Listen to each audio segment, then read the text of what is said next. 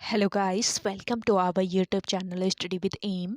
आज मैं आप सभी के लिए काफ़ी इंपॉर्टेंट क्लास लेके आई हूँ। तो देखिए, आपके आगामी वीडियो एग्जाम के रिगार्डिंग आप सभी को स्टडी विद एम के द्वारा उत्तराखंड की न्यू सीरीज़ प्रोवाइड की जा रही है। काफ़ी इंपॉर्टेंट ये सीरीज़ है और इस सीरीज़ में उत्तराखंड के एकदम यूनिक क्वेश्चंस आप लोगों को दिए जा रहे हैं। साथ ही साथ क्वेश्चन से रिलेटेड इंपॉर्टेंट फैक्ट्स भी आपको इस सीरीज़ में ही बताए जा रहे हैं, जो कि वीडियो एग्जाम के लिए काफ़ी हेल्पफुल रहने वाले हैं। तो आप सभी लोग हमारी इस सीरीज़ में स्टार्टिंग से लेकर एंड तक बने रहें। चलिए, आज के सीरीज़ को हम स्टार्ट करते हैं। स्टार्ट करने से पहले जिन लोगों ने अभी तक हमारे YouTube channel study with M को सब्सक्राइब नहीं किया है, वो सब्सक्राइब कर लें। साथ ही साथ बगल में जो बेल आइकन दिख रहा है, इसे भी प्रेस कर लें, ताकि हम कोई भी वीडियो डालते हैं तो उसका नोटिफिकेशन आपके पास जल्द से जल्द पहुँच जाए। आप सभी लोग हमारे टेलीग्राम चैनल को भी ज्वाइन कर सकते हैं। ये भी स्टडी विद एम के नाम से ही बना हुआ है और टेलीग्राम चैनल पर रात को 8 बजे क्विज का भी आयोजन किया जाता है। काफ़ी इंपॉर्टेंट क्वेश्चन आपको क्विज के रूप में दिए जा रहे हैं, तो आप कोई ज्वाइन कर सकते हैं। तो चलिए, इस सीरीज़ को स्टार्ट कर लेते हैं और इस सीरीज़ का पहला क्वेश्चन है, उत्तराखंड में जन जागरण और आंदोलनों का इतिहास पुस्तक के लेखक हैं। तो देखिए, इंपॉर्टेंट क्वेश्चन है, उत्तराखंड में जन जागरण और आंदोलनों का इतिहास। इस पुस्तक के लेखक हैं doctor Yogesh Dhasmana. Option second यहाँ पे आपका राइट आंसर है। देखिए, डॉक्टर योगेश धस्माना जो हैं ये गोपेश्वर निवासी हैं। गोपेश्वर निवासी हैं योगेश धस्माना। डॉक्टर योगेश धस्माना साहित्यकार के साथ ही एक अच्छे पत्रकार, शोधकर्ता और इतिहासवेता भी हैं। साहित्यिक संस्था साहित्यांचल की ओर से आयोजित सम्मान समारोह में डॉक्टर योगेश धस्माना को साहित्य के क्षेत्र में उत्कृष्ट कार्य के लिए 19वां, ध्यान दीजिएगा, 19वां चंद्र ज्योति सम्मान से सम्मानित किया गया। अगला क्वेश्चन देखेंगे, वन अनुसंधान संस्थान भवन का डिजाइन किस ब्रिटिश वास्तुविद ने किया? तो देखिए, वन अनुसंधान संस्थान भवन का डिजाइन किया है ब्रिटिश वास्तुविद C.G. ब्लूमफील्ड ने। ऑप्शन फर्स्ट यहाँ पे आपका राइट आंसर है। देखिए, देश के प्रथम वन विद्यालय की स्थापना वर्ष 1878 ईस्वी में फॉरेस्ट स्कूल ऑफ देहरादून नाम से हुई, जिसके गठन की सलाह डेट्रिस ब्रैंडिस ने दी थी। और देखिए, वर्ष 1884 में इसका नाम बदलकर इंपीरियल फॉरेस्ट स्कूल रखा गया और वर्ष 1906 ईस्वी में अनुसंधान कार्य के साथ जोड़ते हुए इसका नाम इंपीरियल फॉरेस्ट रिसर्च इंस्टीट्यूट रखा गया और स्वतंत्रता के बाद इसका नाम इंडियन फॉरेस्ट रिसर्च इंस्टीट्यूट हो गया। और वर्ष 1991 ईस्वी में यूजीसी ने एफआरआई को डीम्ड विश्वविद्यालय घोषित किया। देखिए, एफआरआई का मुख्य भवन जो है ये ग्रीक और रोमन शैली में बनना है। ये आपका इंपॉर्टेंट पॉइंट है, ग्रीक और रोमन शैली में बना हुआ है एफआरआई का जो मुख्य भवन है। और मुख्य भवन के वास्तुविद जो थे ये कौन थे? C.G. ब्लूमफील्ड थे। अगला क्वेश्चन देखेंगे, मार्च 2021 में देश के पहले हीलिंग सेंटर की स्थापना कहाँ की गई? तो देखिए, मार्च 2021 में देश के पहले हीलिंग सेंटर की स्थापना की गई और इस सेंटर की स्थापना की गई रानीखेत में। ऑप्शन फर्स्ट इस क्वेश्चन का राइट आंसर है और यह सेंटर रानीखेत के कालिका नामक स्थान पर बनाया गया है और ये जापानी तकनीक पर आधारित भारत का पहला हीलिंग सेंटर है। इस सेंटर को उत्तराखंड वन अनुसंधान ने विकसित किया है। तो ये आपसे पूछा जा सकता है, इस सेंटर को किसके द्वारा विकसित किया गया? तो उत्तराखंड वन अनुसंधान द्वारा यह हीलिंग सेंटर विकसित किया गया है। अगला क्वेश्चन देखेंगे, महात्मा गांधी ने बागेश्वर में स्थित स्वराज भवन का शिलान्यास किस वर्ष किया था? तो देखिए, महात्मा गांधी ने बागेश्वर में स्थित स्वराज भवन का शिलान्यास किया वर्ष 1929 ईस्वी में। ऑप्शन फर्स्ट इस क्वेश्चन का राइट आंसर है। वर्ष 1929 ईस्वी में गांधी जी ने बागेश्वर में स्वराज मंदिर के भूमि का शिलान्यास किया था। अगला क्वेश्चन देखेंगे,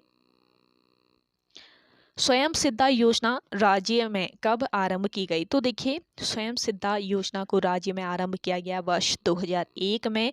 इंदिरा महिला योजना तथा महिला समृद्धि योजना के स्थान पर 2002-2003 से संचालित इस योजना में समान स्तर की महिलाओं सामान्य स्तर की महिलाओं के स्वयं सहायता समूहों का गठन कर उनमें अल्प बचत एवं आंतरिक ऋण के अभ्यास विकसित किए जाते हैं। ऐसे ऋण से वो अपनी इच्छानुसार विभिन्न प्रकार के आम सृजन गतिविधियों को शुरू कर स्वावलंबी बनते हैं। तो स्वयं सिद्धा योजना राज्य में आरंभ की गई थी वर्ष 2001 में। अगला क्वेश्चन देखेंगे, किस ग्रंथ में उत्तराखंड क्षेत्र के लिए उत्तर कुरु शब्द प्रयुक्त किया गया है? तो देखिए, यह ग्रंथ है आपका ऐतरेय ब्राह्मण, जिसमें उत्तराखंड क्षेत्र के लिए उत्तर कुरु शब्द प्रयुक्त किया गया है। देखिए, ऐतरेय ब्राह्मण जो है ये ऋग्वेद की एक शाखा है। इस ब्राह्मण के अन्य अंश भी उपलब्ध हैं जो कि क्या कहलाते हैं? ऐतरेय आरण्यक और ऐतरेय उपनिषद कहलाते हैं। और ऐतरेय ब्राह्मण में 40 अध्याय हैं, जिनमें प्रत्येक 5 अध्यायों को मिलाकर एक पंचिका, 5 जो अध्याय होते हैं इनको मिलाकर एक पंचिका कहते हैं। और प्रत्येक अध्याय के विभाग को कंडिका कहा जाता है। अगला क्वेश्चन देखेंगे, इसमें से किस स्थान पर बौद्धकालीन मूर्तियां प्राप्त हुई हैं? तो देखिए, बौद्धकालीन जो मूर्तियां प्राप्त हुई है ये ढिकुली नामक स्थान से प्राप्त हुई है। ऑप्शन 4 तो यहाँ पे आपका राइट आंसर है। ढिकुली जो था ये कत्यूरियों की राजधानी थी। ये ध्यान रखेंगे, ढिकुली कत्यूरियों की राजधानी थी, जो कि रामनगर में गर्जिया के पास स्थित है। रामनगर के गर्जिया नामक स्थान पर गर्जिया माता का भी मंदिर है और गर्जिया में महर्षि वाल्मीकि के आश्रम के भग्नावशेष भी हैं। अगला क्वेश्चन देखेंगे, किस चंद शासक ने तत्कालीन युवाओं को संस्कृत अध्ययन के लिए कश्मीर व काशी आदि स्थानों पर भेजा था? कौन सा ये चंद शासक था जिसने तत्कालीन युवाओं को संस्कृत अध्ययन के लिए कश्मीर व काशी भेजा था? तो देखिए, करेक्ट आंसर हो जाएगा आपका रुद्रचंद। ऑप्शन 2 यहाँ पे आपका राइट आंसर है। रुद्रचंद ने राज्य के कुछ युवाओं को संस्कृत अध्ययन करने के लिए कश्मीर व काशी भेजा। रुद्रचंद आपका 45वां चंद शासक था और इसी ने ही रुद्रपुर नगर की भी स्थापना की थी। रुद्रचंद के समय 4 ग्रंथों की रचना हुई थी। कौन कौन से ये ग्रंथ थे? अगर आपको आंसर आता है तो आप कमेंट करके बताइएगा कमेंट सेक्शन में। अगला क्वेश्चन है आपका, संरक्षण और विनाश पुस्तक के लेखक हैं। देखिए, संरक्षण और विनाश इस पुस्तक के लेखक हैं सरला बहन। ऑप्शन 3 यहाँ पे आपका राइट आंसर है। देखिए, सरला बहन एक अंग्रेजी गांधीवादी सामाजिक कार्यकर्ता थी। कुमाऊं क्षेत्र में इनके काम ने राज्य के हिमालयी जंगलों में पर्यावरणीय विनाश के बारे में जागरूकता पैदा करने में मदद की थी। इन्होंने चिपको आंदोलन के विकास में एक महत्वपूर्ण भूमिका निभाई थी। इसके अलावा देखिए, भारत के कई गांधीवादी पर्यावरणविदों को इन्होंने प्रभावित किया। और देखिए, मीराबेन के साथ ये महात्मा गांधी की 2 अंग्रेज बेटियों में से एक के रूप में जानी जाती हैं। अगला क्वेश्चन है आपका, पंडित किशन सिंह द्वारा तिब्बत से मंगोलिया तक का मार्ग सर्वेक्षण कब किया गया? मोस्ट इंपॉर्टेंट क्वेश्चन है। तो देखिए, तिब्बत से मंगोलिया तक का मार्ग सर्वेक्षण किया गया पंडित किशन सिंह द्वारा। कब किया गया? ये वर्ष था 1878 का। ऑप्शन 4 तो यहाँ पे आपका राइट आंसर है। अगला क्वेश्चन देखेंगे, अंग्रेजों को भारत से निकाल दो नामक पुस्तक किसकी है? तो देखिए, अंग्रेजों को भारत से निकाल दो ये पुस्तक लिखी है भैरव दत्त धुलिया ने। ऑप्शन 1 यहाँ पे आपका राइट आंसर है।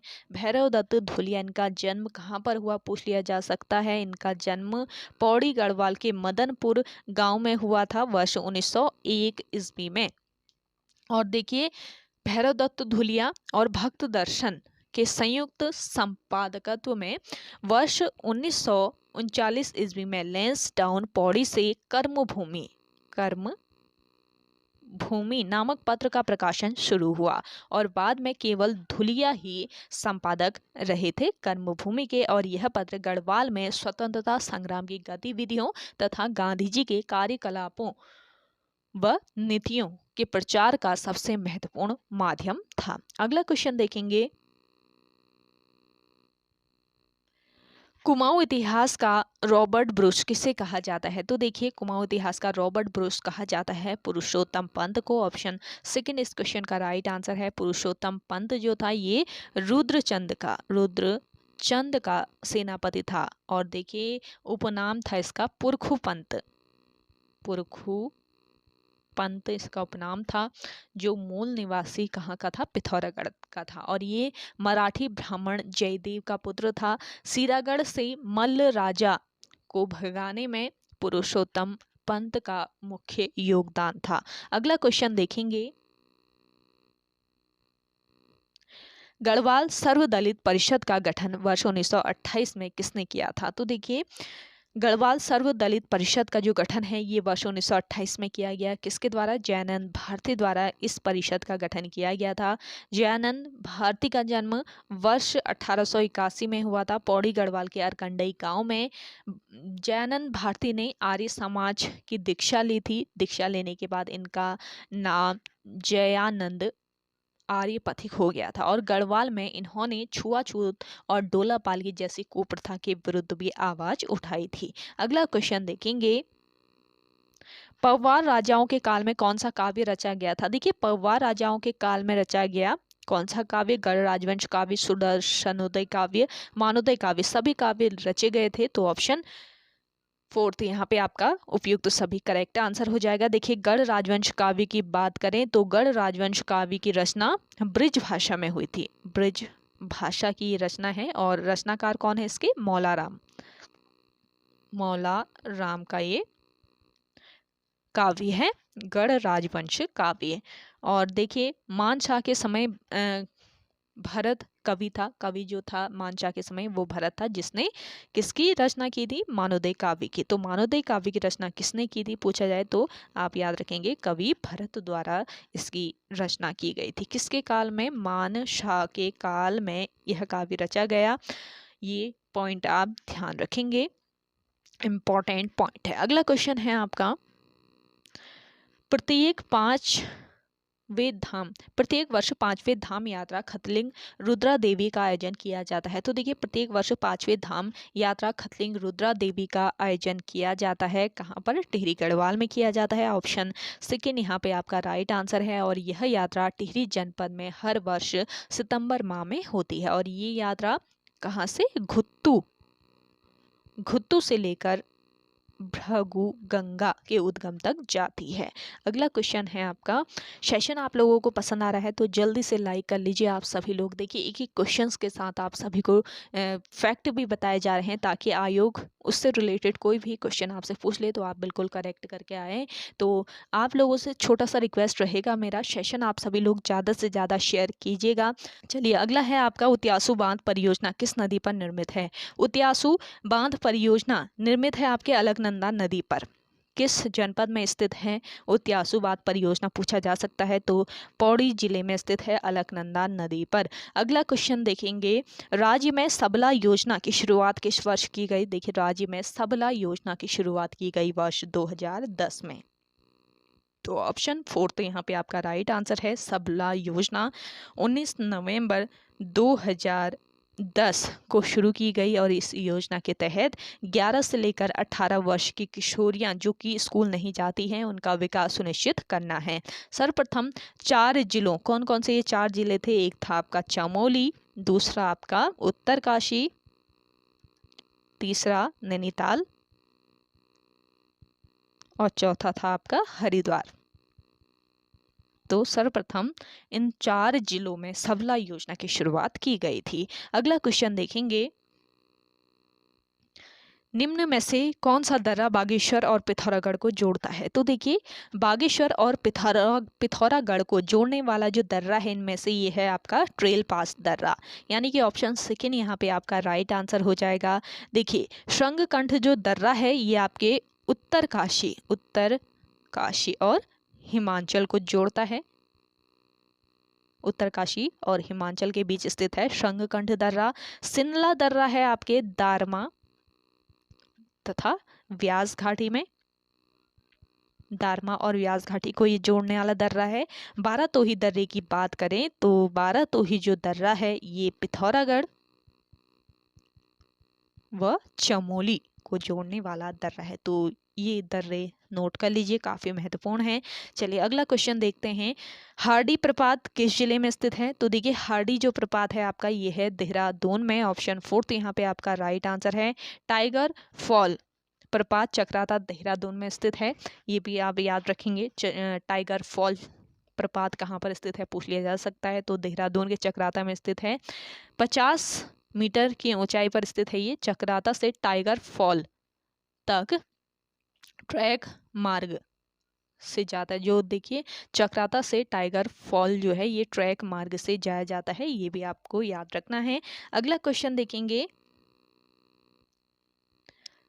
नंदा देवी जीव आरक्षित क्षेत्र किस जनपद में स्थित है? तो देखिए नंदा देवी जीव आरक्षित क्षेत्र ये है आपके कहाँ पर? चमोली में, यानी कि ऑप्शन 4 यहाँ पे आपका राइट आंसर हो जाएगा।